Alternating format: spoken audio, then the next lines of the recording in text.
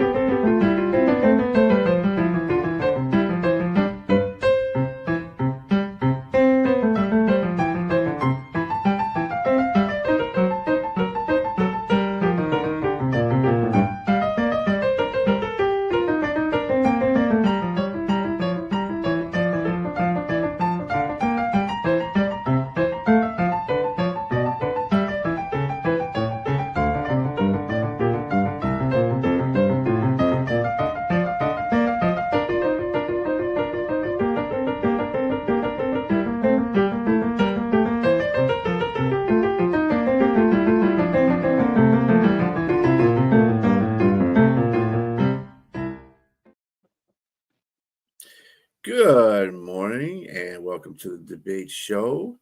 It is November the 8th. I am your host, BA. We got with us Jack Hirsch and James Martin. I hope you guys are having a fine morning. We're going to get right into our debates. Speaking of which, this is coming off a week of trades. Trade deadline was this week. So this question is pertaining to the trade deadline, and it's also pertaining to Jack Hirsch's New York Jets. So did the Jets do the correct thing in trading Sauce Gardner and Quinnen Williams? I'm going to give that one to you, Jack, because you're more familiar with that team, and your opinion, counts for that such. Trading them in itself wouldn't have been the right thing, but with what they got back, absolutely. It's called getting ahead of the curve. People don't have imagination. They just look at things in its present sense. Now, this season, the Jets weren't going anywhere with Sauce Gardner and Quinnen Williams. Let's take both players one at a time. Sauce Gardner, in his rookie year, he was sensational. I wouldn't have traded him after 1 year. He was a cornerstone player. He was a great player. He was on track to be one of the all-time great Jets. But in his second year, he was merely good. He didn't have a great year in his second year. This third year, he was having a pretty good year on balance. Okay? But what the Colts had to offer in return, they were offering 2 number 1 draft choices, a receiver, Adonai Mitchell, who was a number 2 draft choice, who was drafted a year ago. So essentially, the Jets got 2 number 1s and a number 2.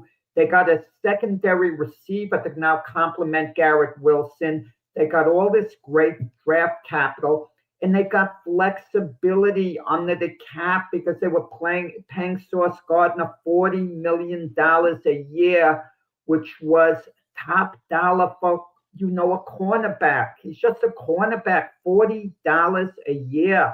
Unless you're getting Deion Sanders and Darrelle Revis, you don't pay $40 million a year. Excuse me, 40. Did I say thousand? You said $40 at first. So I'm thinking, like, what year is this? 1918? Yeah. Excuse me. I'm discombobulated. $40 million. Yeah, I can't believe they're paying him $40 million a year. That's why I couldn't say the words. I was saying $40, 40,000, $40 million a year. I mean, that's insane money. You better. And Sauce Gardner, at the time they traded him, now is considered about the 5th best cornerback in the NFL, approximately by most standards. I'm not going to start going over debating who the 4 are ahead of him. I'm talking about consensus. So look what they got. They got 2 number 1 draft picks. They got a starting wide receiver, Mitchell, a number 2 receiver to complement Garrett Wilson. And they got flexibility under the cap so they can make all these moves. And Sauce Gardner wasn't going to help them this year. No one was going to help the 1-7 Jets this year. This year's lost, basically. We're rebuilding for next year. Quentin Williams, outstanding talent. Last I looked, he didn't have a sack this season. He was really good against the run. He's a heck of a player. Don't get me wrong, a heck of a player. But guess what? His contract was underpaying him a little bit. He had 2 years left on it. There was going to be big trouble on the horizon beginning next year. He was already posting things.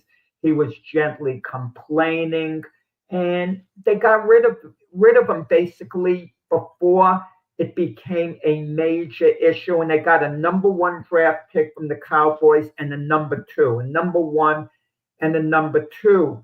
And I mean, when you look at the value that the Jets got back, they have 2 number 1s this year, 3 number 1s next year. They have, a couple of number 2s. I mean, the Jets are basically stacked for any move that they're going to make. And the Jets really killed it this draft. It's great. There's a lot to look forward to. If the Jets were in contention, maybe you question the deal. But they're not in contention. The year's lost. They lost with Gardner and Williams, and they can lose without them. That's the worst thing that'll happen. Of course, I'm going to question the deal. I hear you saying maybe you question if they're in contention, but even if they're not in contention, you're going to question this deal. Why? Because they have a history of just blowing their first round draft picks. I mean, has they increased their odds of possibly getting somebody of any like substance or quality? Yes, maybe, because they have 2 first round draft picks next year in the second, 2 seconds, and they got 3 first rounds in 2027. But what happened with let's just say you need a quarterback? I think in this particular instance, they probably need a quarterback. Justin Fields is likely not the answer there. So you're going to need a quarterback. Mendoza, if you get the first pick overall, is Mendoza out of Indiana a good quarterback? I think he is. I think is he worthy of a top first round overall pick? Potentially. I mean, but you also thought that with Sam Darnold when you picked it 3rd overall. 2nd overall, you thought Zach Wilson was the answer. Turns out neither one of these guys were the answer. And I think the issue is those quarterbacks are going on to Zach Wilson's the 2nd stringer.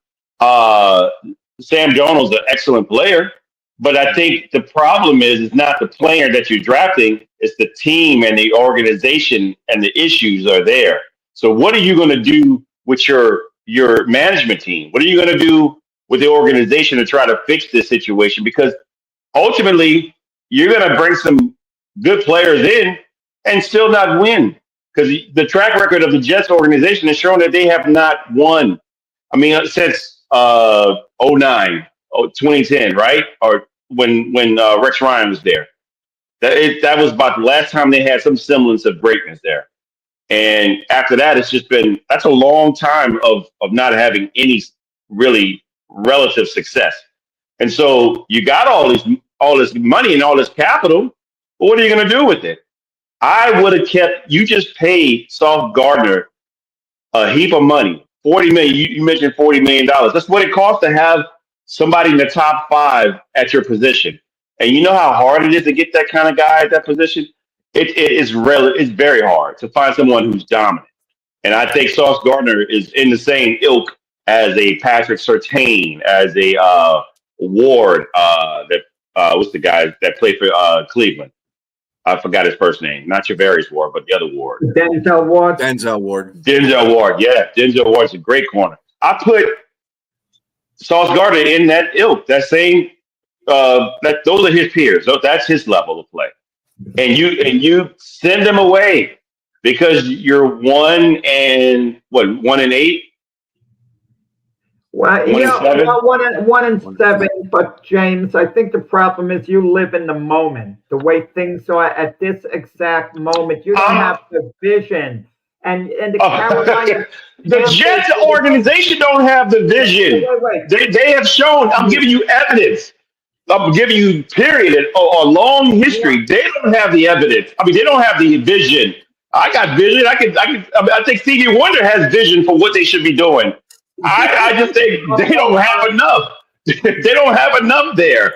I just think A couple of years ago, the Carolina Panthers were living in the moment. The LA Rams offered them 2 first-round draft picks for Brian Burns, their great defensive end. Oh, no, they're not going to make the deal. Burns is too valuable. 1 year later, they trade him to the Giants for low draft choice. Think of what they could have gotten had they made the deal at that moment.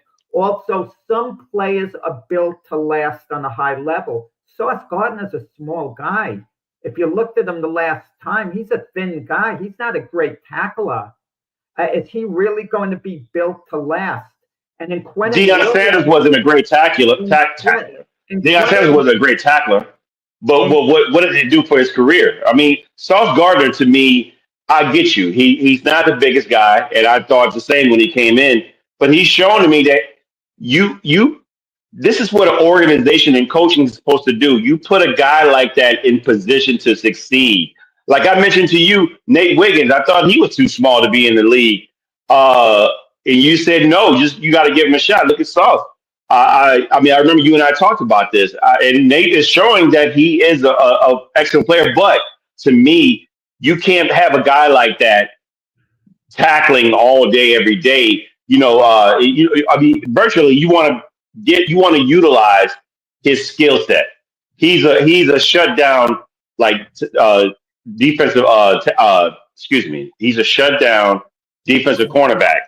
And with that said, you're going to take some L's because he's not going to be the best tackler probably because going up against a guy like the running back that Derrick Henry. Like if you was a matchup against him in practice, I'm pretty sure he'd get run over. But that's not his job. You need to have linebackers and defensive linemen that should be afford him time, or to not have to run up on guys like that. Your defense should be solidified in the front 7, so where the guy's not getting into the secondary, where a guy like Nate has to be tackling all the time.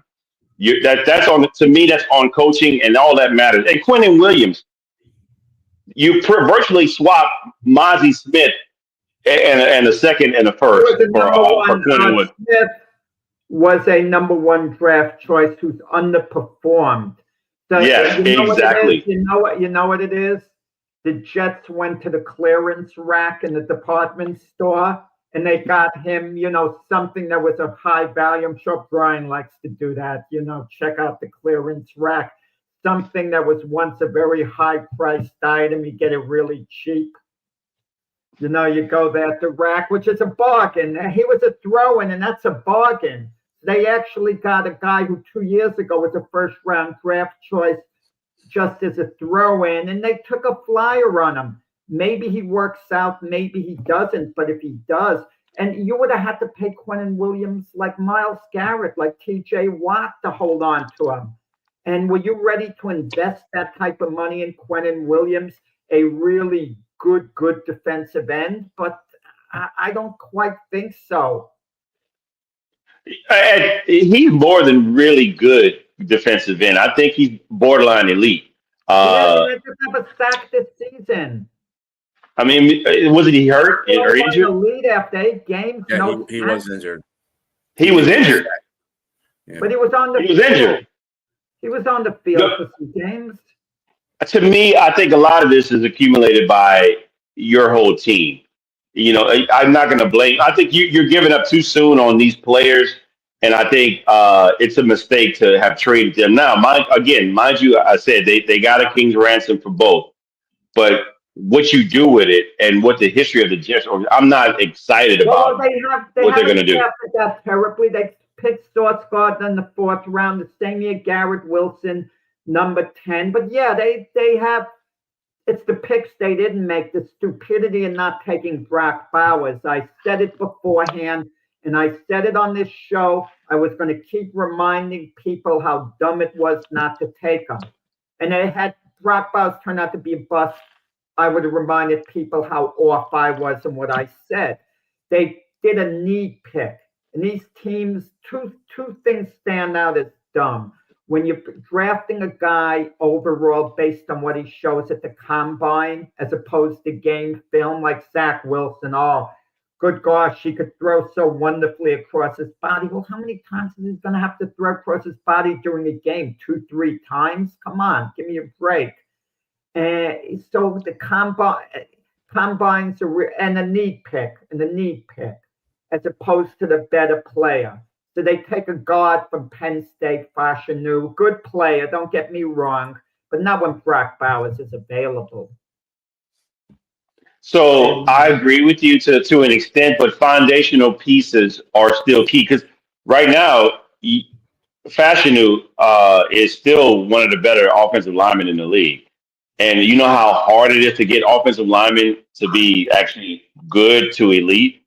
Very hard because there's only so many offensive linemen you can name. I get Brock Bowers is a once in a generational talent in regards not to one of the best offensive linemen in the league. He hasn't proven it yet. Yeah, let's see what he does.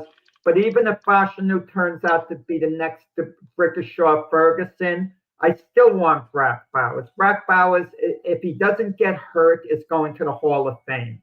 Okay? And Fashanu might be a good player. So basically, I want a great tight end, a Hall of Fame tight end over a good offensive lineman. That's basically what it comes down to.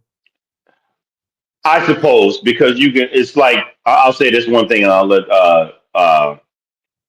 Brian chime in. You still got to be able to throw to the tight end. You still got to be able to get the ball out to him.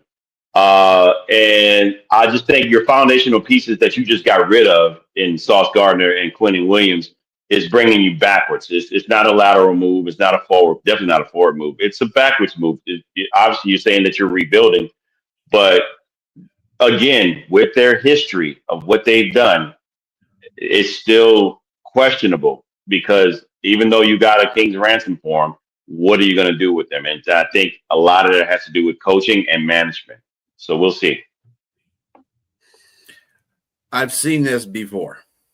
This is the exact same thing the Lions did. Remember, they traded Stafford. And everybody's saying, they had the same opinion of Stafford as you do with Sauce Gardner. Oh, he's not that great of a quarterback, but they got a king's ransom for him too. He turned out to get the Super Bowl the following year when they traded him. So obviously he was worth something. And then they got, they made a series of trades. They got good draft picks. I think the only thing that and I understand where they're going with this. I do. They're doing the same, AG comes from that branch. So he's trying to do the same thing that Detroit did with the Jets. However, the difference being is the general manager. Brad Holmes is pretty good at drafting. Not the greatest person in free agency, but he is very good in drafting. He doesn't hit on everything. No GM does. But I got to see that. I got to have that confidence in the GM for the Jets. I'm not sure that he can draft like Holmes can draft, and that's going to be the issue. The picks are fine. You can get all the picks in the world. And then what are you going to do with the picks? So you want to go out there and get tight ends and wide receivers, but you got to build from the trenches out. Right now, you definitely got to build from the trenches out now that you got rid of Quentin Williams. So you got to add another defensive lineman in there that's going to be impactful. And you're going to have to get some more offensive linemen for whoever quarterback that you have back there. Because right now your offensive line is like a shaky. And I think that's the reason why Justin Fields he doesn't have enough time back there. Granted, Justin Fields is not doing his job as a quarterback by holding on to the ball too long. But that one, focus on the one game that he had when they got 9 sacks on him when they played the Broncos. Dude, 6 of those sacks were on the offensive line straight up. 3 of those those were on Justin Fields not holding on to the ball too long. Should threw it away. You gotta kind of work inside out, and it's going to take a process. Again, the Lions haven't really been as. I mean, they're not. Their peak of successfulness was like last year when they were 15-2. AG can do the same thing, but it's really dependent on the general manager. if he can make those picks well, and there's solidified picks, you got to hit on those picks. If you don't hit on those picks, well, obviously, you make bad picks, it backfires.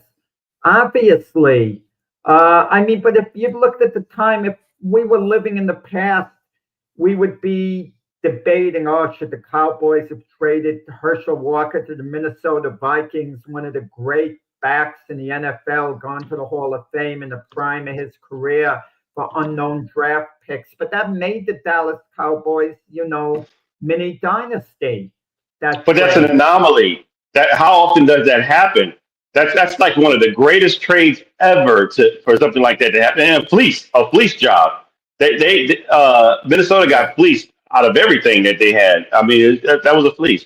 You're not going to see that often, and you go again because most people are like, okay, I saw how that worked out, and I just like Richard said, everything based on what's built in within the lines, both offensive and defensive lines. You got to build up the trenches, and I think it's just going to be tough if you got and looking at this. To be honest with you, 2026 does not look like a good crop of draft picks coming in.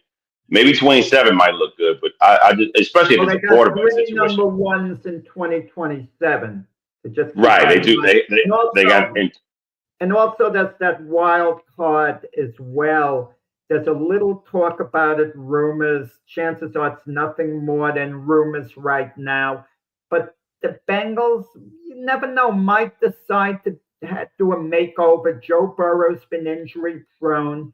Jets have enough capital to maybe work something out, like 3 number ones, a couple of number twos, a 5-for-1 deal, and get a mega star in Joe Burrow. He would be a mega star coming to the Jets. And it would empty out most of their draft capital, just about all of it. But believe me, that would solve their quarterback problem. They'd have one of the best quarterbacks in the NFL, providing he stayed healthy. And that's I would have an offensive line to do that, though. He's already in that situation right now. Offensive line at Cincinnati, so you make the deal anyway. And the Jets drafted their last 2 years. Their number 1 draft pick has been for offensive linemen. So what are we going to say? Oh, they have to address the offensive line. They've been addressing the offensive line in free agency, draft picks. Things just have to work out. Okay, so we can agree to disagree. We got about 22 minutes on this question here. Let's go to the next one. I like the Jets, and I was rooting for them. I think these are boneheaded decisions they're making, though. Mm-hmm. All right. What contributed more to Howard Cosell's fame, his relationship with Muhammad Ali, or his role as an analyst on Monday Night Football? Go ahead, James. And I know we normally don't do this, but I'm going to defer on this one only because Jack is the boxing analyst. I mean, or not analyst, but writer, sports writer. I want to give him that respect and due on this particular question. Yeah, it's first off, before Ali came on the scene, Cosell was known. Okay, before he did Monday Night Football, he was known, and Cosell was basically known for his brash, charismatic personality. This is Howard Cosell telling it like it is. His peers didn't like him. A lot of people would criticize him, but he was entertaining. All the people who didn't like him still watched him. His routine with Ali was funny. It was funny. People enjoyed it. But let's be honest, it was periodic. It wasn't like he got together with Ali, every week, every month and did a routine. He'd interview Ali. They would joke around, but Ali would joke around with a lot of other people. But with Cosell, he found the right person, to go back and forth with. And Cosell liked to kind of give it a little to Ali, and people enjoyed hearing it. And then there was Monday Night Football that he was there from the start. And I think Cosell's fame grew more on Monday Night Football because Monday Night Football was a phenomenon. We didn't have cable TV. It was something really new. Him, Don Meredith, Frank Gifford, and Meredith and Cosell would go at it, and Gifford would be the straight man. And, Cosell would more or less be the villain. And Meredith would be considered the good guy in that sense. And I think so many people watched Monday Night Football. It was the hot new show. Ali was just like an interview with Cosell. And Cosell's ego was kind of off the rails in a way. He thought he made Muhammad Ali, bigger. Ali was pretty much, it was just as big, but from an entertainment viewpoint, yeah, people loved the Ali Cosell routine when they would be interviewing together. It was like watching a great hitter like Aaron Judge at bat, and you have something to do. You wait until the at bat's over, and then you do what you have to do. That type of thing.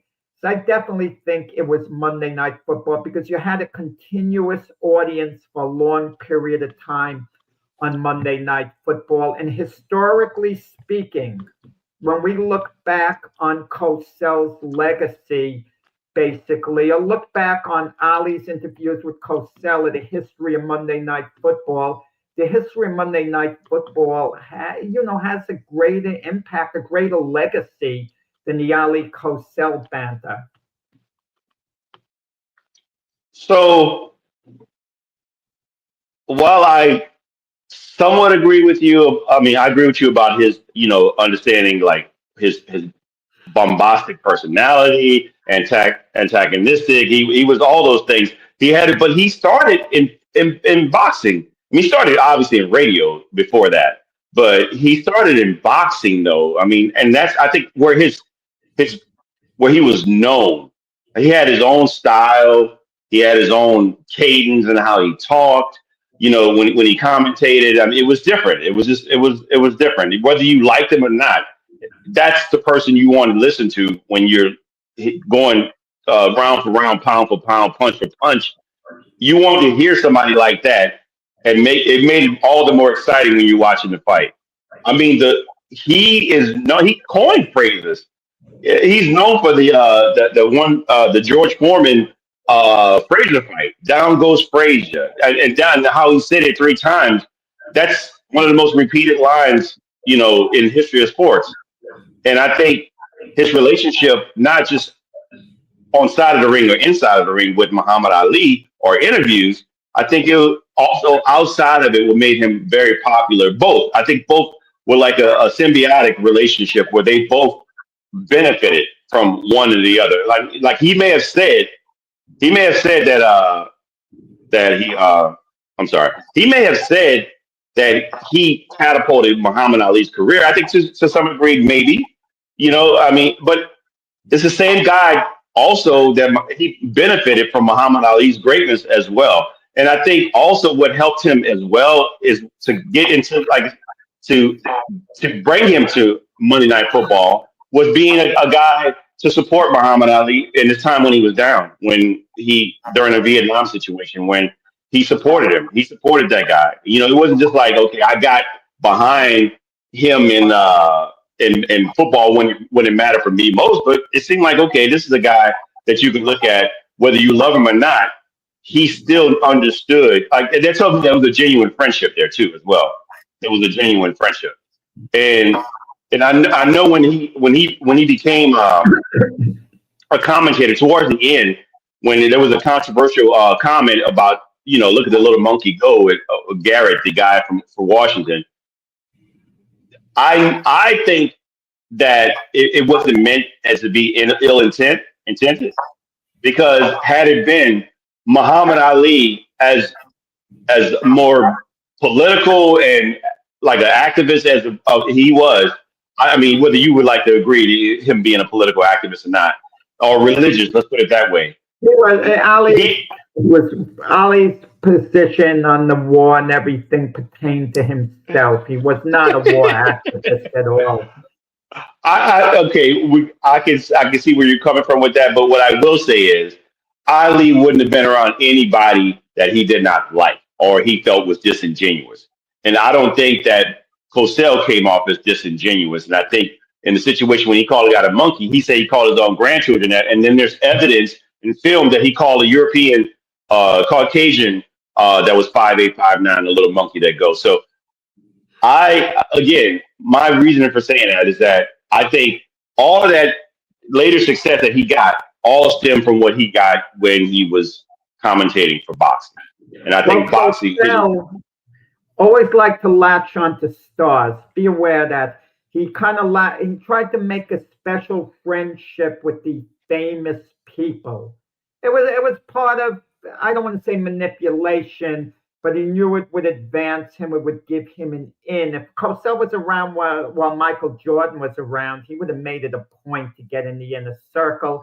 And I don't blame him for doing that. He tried to be close with Floyd Patterson, but Patterson wasn't a great heavyweight champion, so it didn't matter. He tried to get in, and he did get in close with Ali. After Ali got in close with Sugar Ray Leonard, Cosell felt snubbed because in Ali's biography, he didn't mention Cosell's name. So when Cosell wrote his book, he wrote about Sugar Ray Leonard, not about Ali, because supposedly he was miffed. He tried to get very close, Cosell, with Joe Namath in New York together. That was, Cosell, but that's fine. I mean, I may have done the same exact thing. That's being a good journalist in a sense. Right. But what gave him more fame?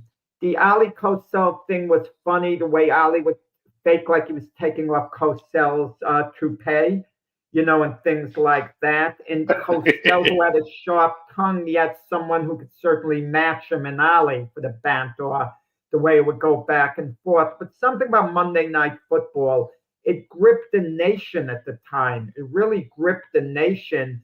And what exactly is Cosell's legacy?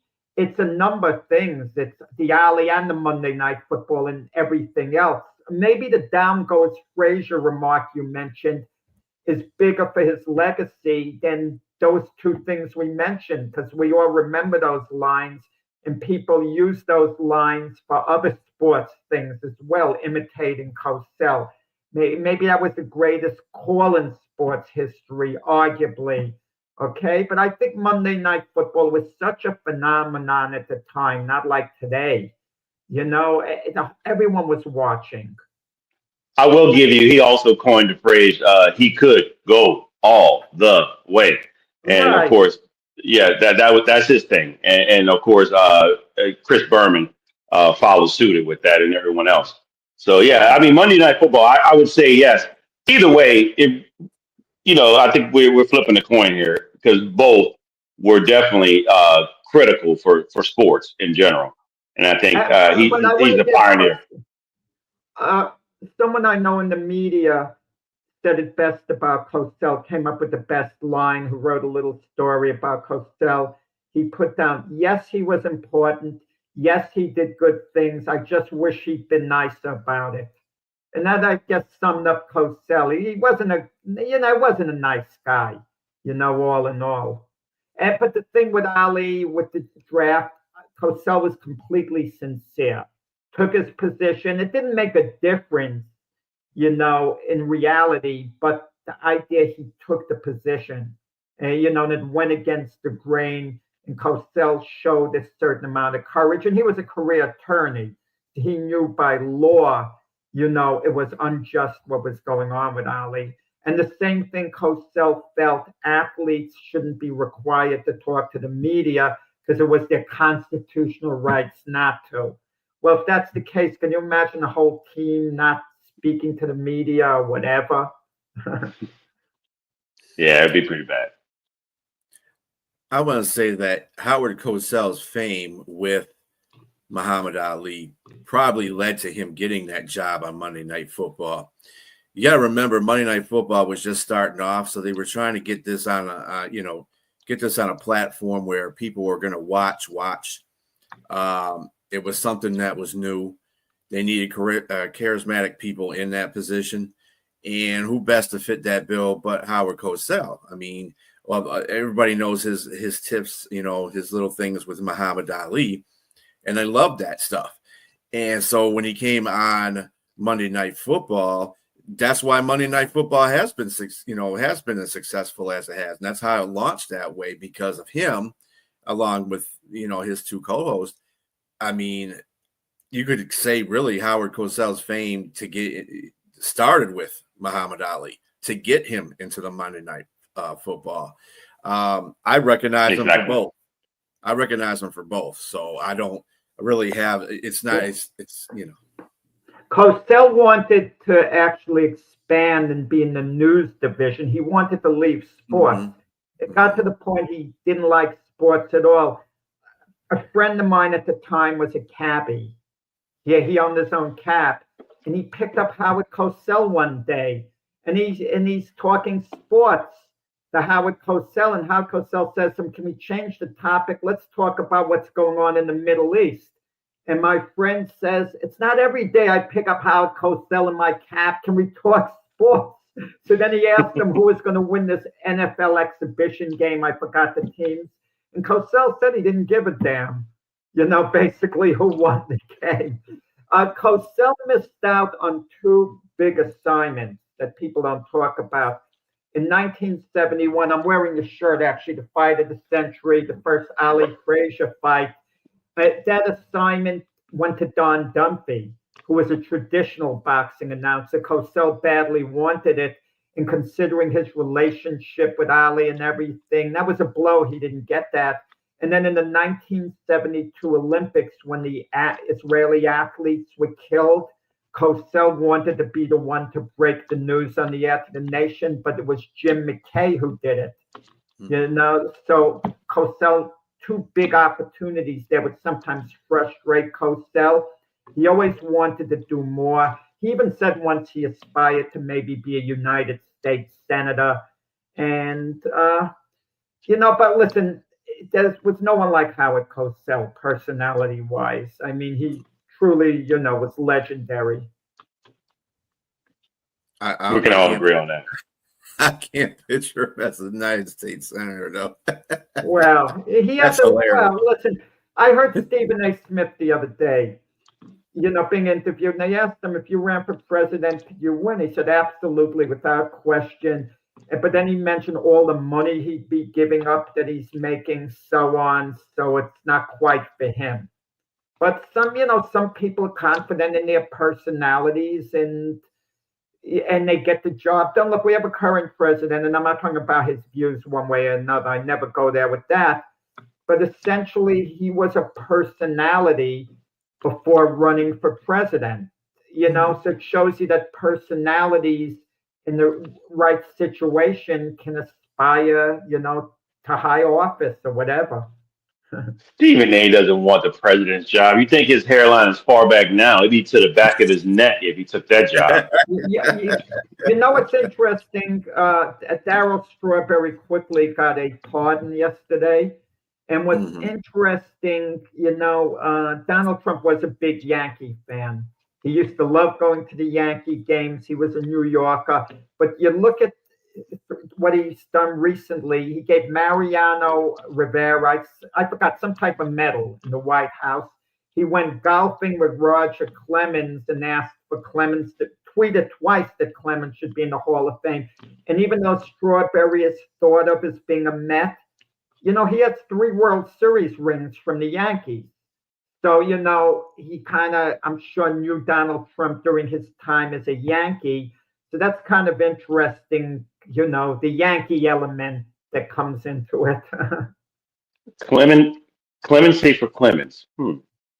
Maybe it's coming. Oh. Well, Clemens is on the ballot. Roger Clemens is actually on the ballot and got 65% of the vote. Maybe he gets voted in sometime. It's not like a Pete Rose situation before where Rose had no chance, was banned. I mean, these guys aren't being banned. Clemens, Bonds, and A-Rod. I mean, they're on the ballot. It's up to the voters to decide what they want to do. Mm-hmm. Yeah. All right. Moving on to our next question. Which rivalry was greater, Larry Bird versus Magic Johnson or Wilt Chamberlain versus Bill Russell? Yeah, I could take it first if you want today. You want to go first, James? Go ahead. That's fine. Yeah, I mean, I get the feeling you were raring to go, so go ahead. No, that's okay. I don't. Either way, I can go either way. But I just flip a coin. You go ahead. We're good. Well, that's what got Stephen A. in trouble with Max Kellerman. He didn't like Max being indecisive, that he could go either way. He wanted him to take one firm opposite position. So he claimed Max would be a little on the fence. Not that I agree, I don't agree, but that was Stephen A.'s position on that.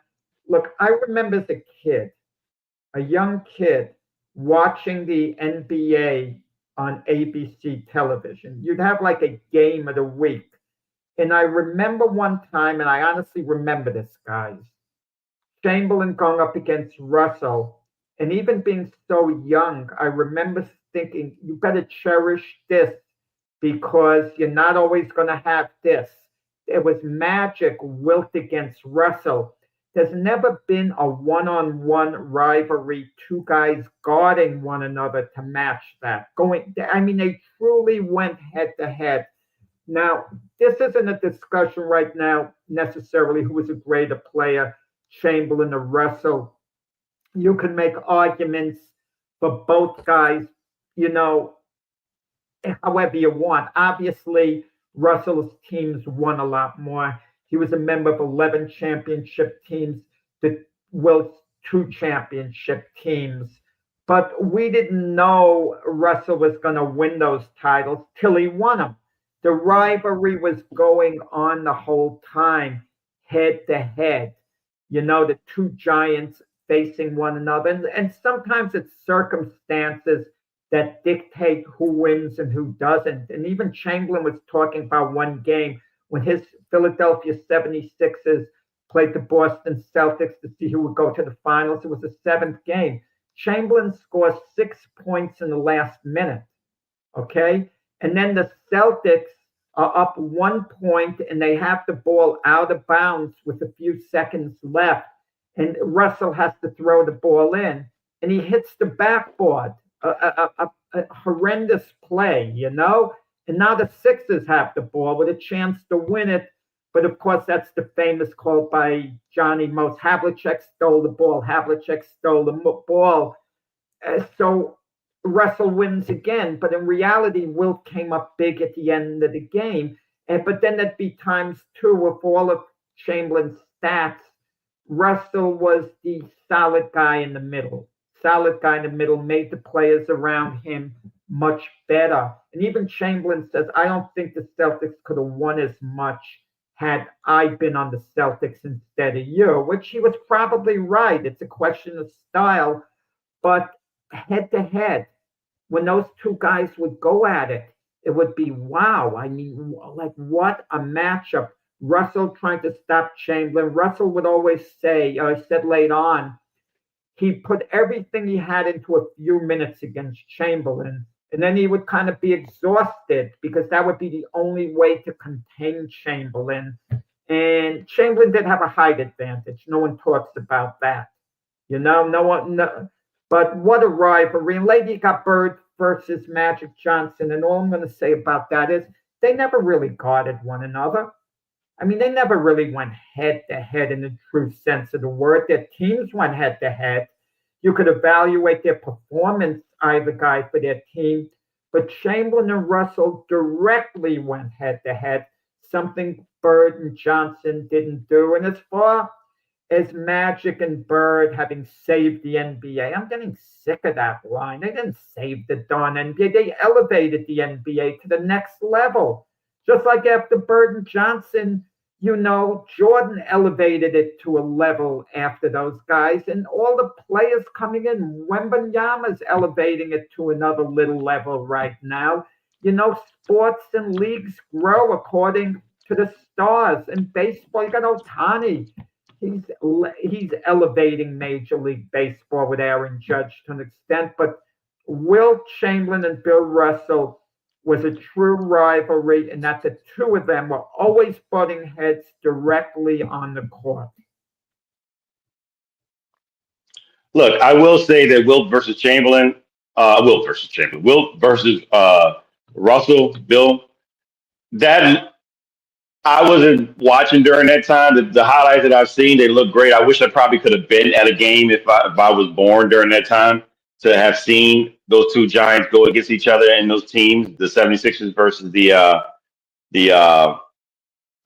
the Celtics, but it was a rivalry, but it was kind of one sided. I mean, like when you speak of team effort. I mean, I get we talking about the players here specifically, but it didn't. All it was accumulated was big numbers from Wilt. Russell and his team, they were 7-1 in the playoffs against Wilt.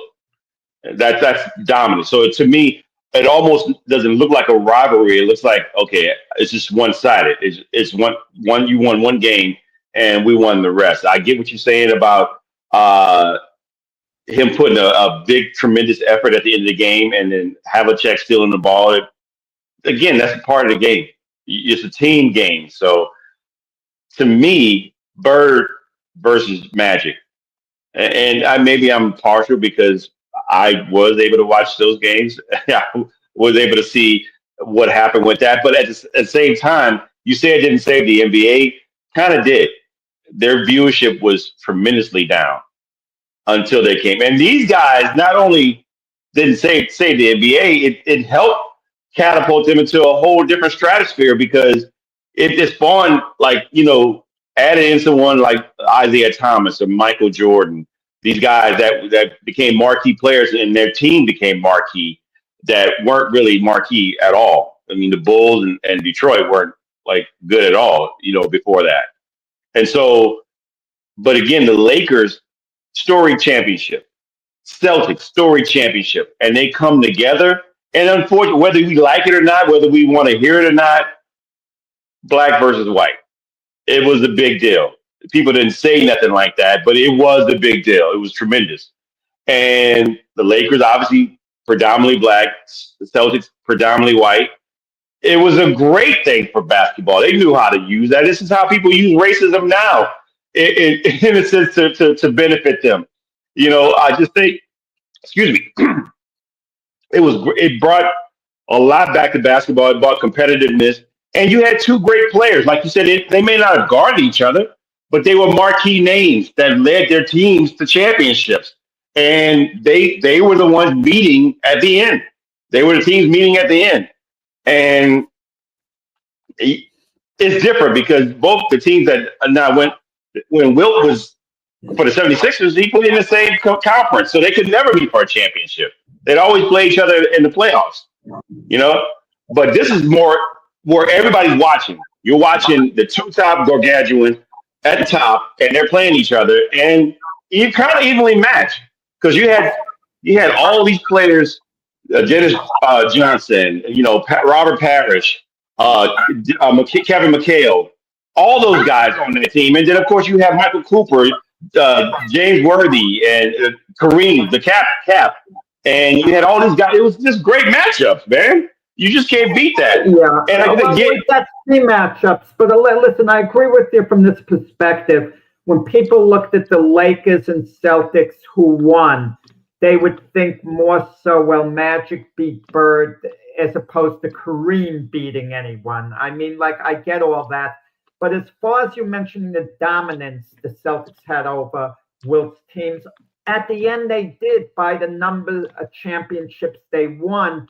But it was a great rivalry, and those series weren't decided till the very end. They were 7-game series that the Celtics eked out. It was like the Yankees and Brooklyn Dodgers had a fantastic rivalry, but the Brooklyn Dodgers only won one World Series. But it didn't mean it wasn't a great rivalry because the Sixers looked like they could win a number of those series against the Celtics, and the Lakers later on as well. But it just does.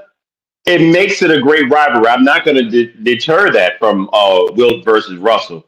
But what I will say is a greater impact would be a championship rivalry. It's going to be a championship rivalry where everybody's watching. Most people, people are watching those two games, but this brings about international viewership, I'm pretty sure.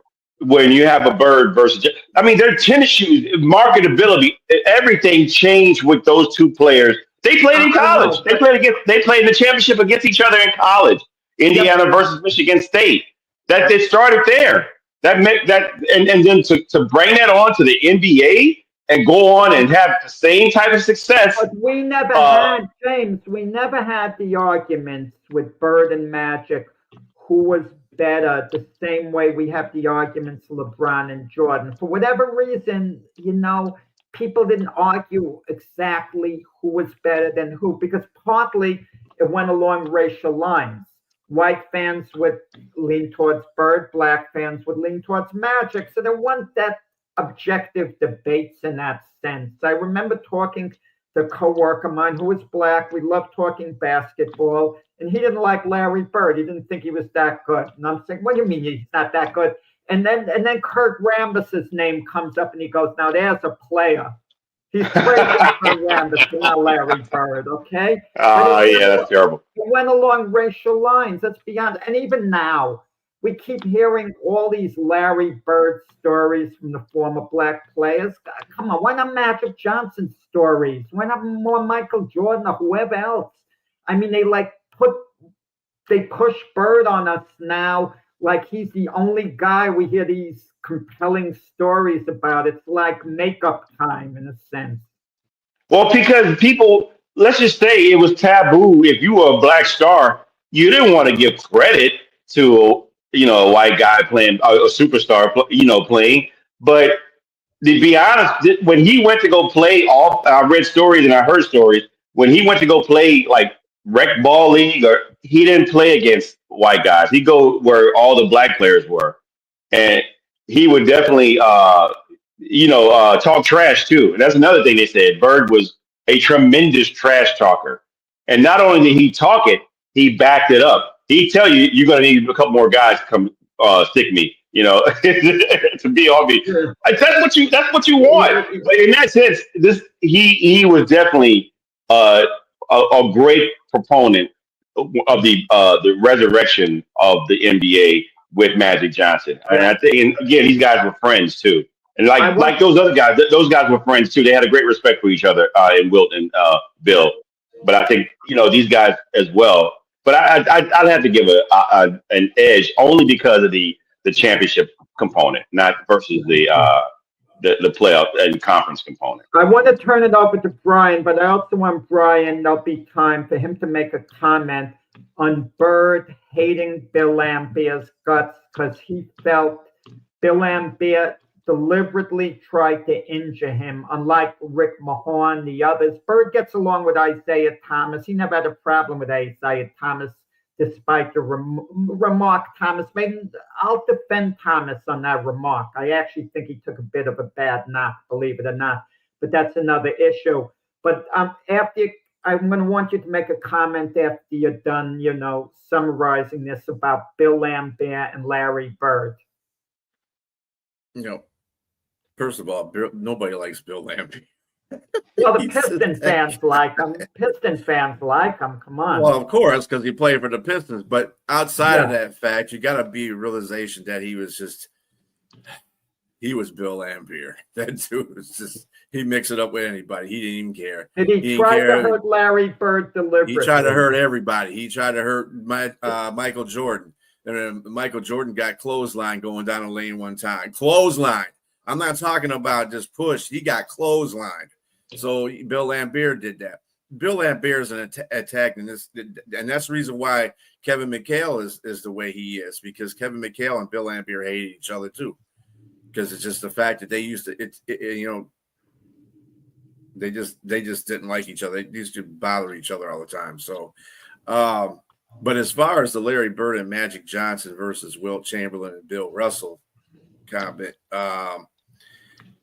I'm kind of like James in a way. I really didn't get too much of the Chamberlain and Russell exposure because I was younger, and I wasn't really a basketball fan when I was really younger. I was like more of a football fan, but I did watch Larry Bird and Magic Johnson a lot because of the fact that it was the East Coast versus the West Coast. You had your black versus white thing going on. Both players were tremendous. They played in college. They played in the championship against each other. I mean, you couldn't set any of that up more perfectly than when it was. It was like a storybook, rivalry. And you had to appreciate that too, me and being as a Pistons fan, because really, like Isaiah said, in the prime, the Pistons beat all them teams in their prime. And beat the Lakers, beat the Celtics, and beat the Bulls. And that's something the Pistons got to hang their hat on. But Larry Bird and Magic Johnson, they were awesome. When you see them playing in championships, you see them playing even in regular season. It was a game to watch, even in the regular season. And there's not too many games in the regular, like right now. I mean, what games are you more interested in the NBA during the regular season? Not too many, but because you don't have any marquee players. There's such parity in the NBA now. It's not. Yeah, you're right. Wembanyama, he went against Giannis, perhaps something like that. But last night, you guys are missing out. Last night, the Spurs versus Houston, great game. Great game. Yeah. Yeah. Mm-hmm. Yeah. And those are again in the 80s and early 90s. I think it was about and players stay with their teams for a long period of time. There was no going to this team and going to that team and going to that team every 2 years. Magic Johnson was a staple of the Lakers, even though they had Kareem. And Kareem, I thought, was the better basketball player all around anyway. But nobody recognized that. They recognized Magic Johnson and Larry Bird on the Celtics. I mean, dude, it's just like Jordan being on the Bulls and Isaiah being on the Pistons. And those were staples in that time of basketball. And it was really great to watch basketball in that time because you had those staples. You don't have those staples now. You have team staples, this team versus this team, but you don't have a player associated with that team because they don't stay with this team that too much as they used to. So, I mean, I like Larry Bird and the Magic Johnson one. Like I said, I can't really speak too much on the Will. Well, it's more stylish. Bird and Johnson did more on the court. Mm-hmm. I mean, Chamberlain and Russell had, a down-low game, basically. You wouldn't see them taking jump shots and doing the things taken today. They were true centers. Today, you don't really have true centers. When you ask who's the best centers in the game, you think of Jokic, and how many more do you actually think of beyond him who you could call elite, who are strictly centers? I mean, I don't even look at Steph Curry as being a point guard position because he's such a great shooter. And you don't think of point guards as being primarily shooters, and that's what he primarily is. So the game has changed somewhat, a lot. In that sense. Yeah. I mean, do you guys really have anybody that you think currently that you would say is a rivalry, but between two players right now? That will match up same position, you mean? Yeah. I can't think of one way I'd be excited one's going against the other.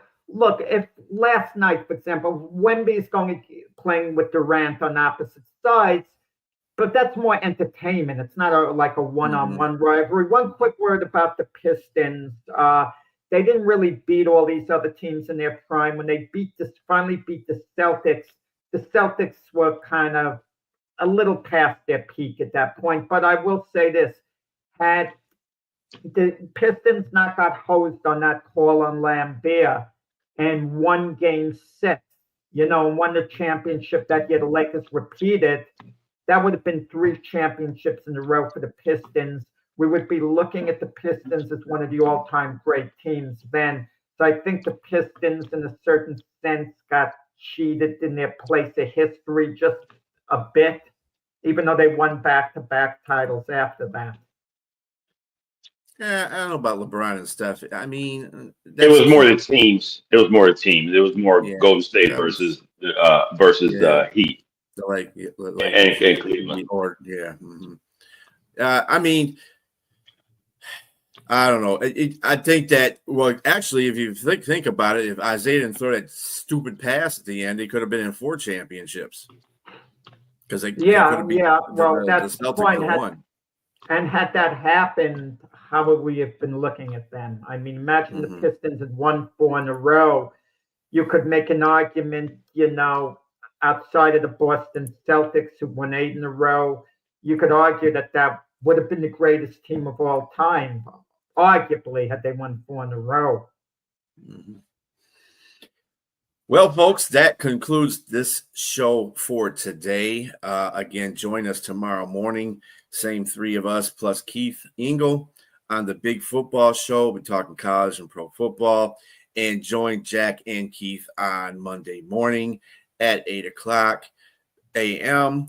for the weekend playbook. And then, of course, at 7 o'clock p.m. on Monday, it is Jack and Frank doing the gloved fist for boxing. So join us on those shows. Everybody have a great weekend. We will see you soon.